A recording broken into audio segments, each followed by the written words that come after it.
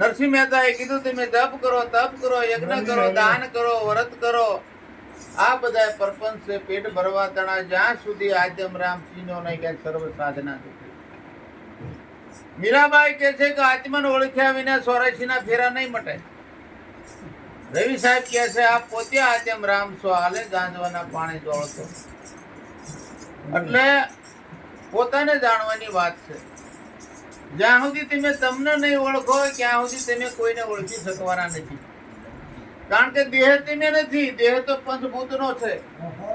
ગીતાજીમાં ભગવાને કીધું છે આકાશ, વાયુ, તેજ, દળ ને પૃથ્વી, આ પંચભૂતનો આ દેહ છે.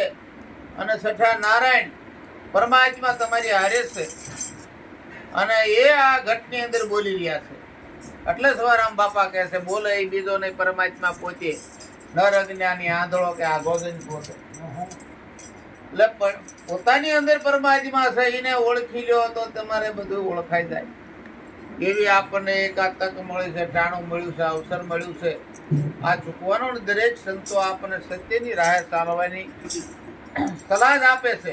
ગુરુ મહારાજ ક્યાંય બહારથી લાવીને જ્ઞાન આપણા નથી દેતા, આપણા ઘટની જ બતાવે છે કે જો આ પરમાત્મા રહ્યો. આદિ અનાદિથી જે વાત ચાલી આવે છે, જે રામે જે વાત જાણીતી, જે કૃષ્ણે વાત જાણીતી, જે રામા પીરે જાણીતી, એ વાત આપણે આગળ અત્યારે આવી છે.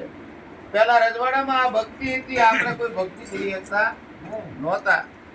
અને અત્યારે એ જ્ઞાન આપણા સંતોમાં છે, આ બધા મહાપુરુષો એ જાણે છે. અને જ્યાં સુધી જો રેણી નહીં પાળો ત્યાં સુધી આ જ્ઞાનનો પ્રકાશ કોઈ થાય છે નહીં. એટલે રેણી પાળી બને ત્યાં સુધી વ્યસનનો ત્યાગ કરો, સત્યના માર્ગે હાલો, અને તો જ સૂરજ ઉગે. સૂરજ ઉગે એટલે નવખંડ ધરતીમાં મારા વાલા અંજવાળું થઈ જાય, કહેવું ન પડે કે સૂર્ય ઉગ્યો છે. એમ આપણા જીવનમાં જો જ્ઞાન પ્રગટ થયું હોય તો આમાં અંજવાળું થઈ જાય. જગત હરીશો છે, જગત જેવું ભાળે એવું કહે છે મારા વાલા. એટલે એક પણ લાખની જાય છે.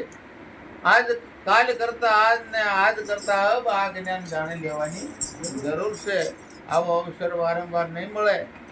એટલે કીધું છે કે મનના પર્પસ મેઘજે કરજે શુભ વિચાર. આ માનવ જન્મ છે, રતન મણી નહીં આવે વારંવાર, વારંવાર મળવાનો નથી. આ વિશ્વમાં એક જ પરમાત્મા છે, એક જ મા શક્તિ છે. અને આગળ જાઓ ત્યારે શિવ ને શક્તિ એક જ થઈ જાય. બે વસ્તુ રહે ક્યાં સુધી આપણને જ્ઞાન.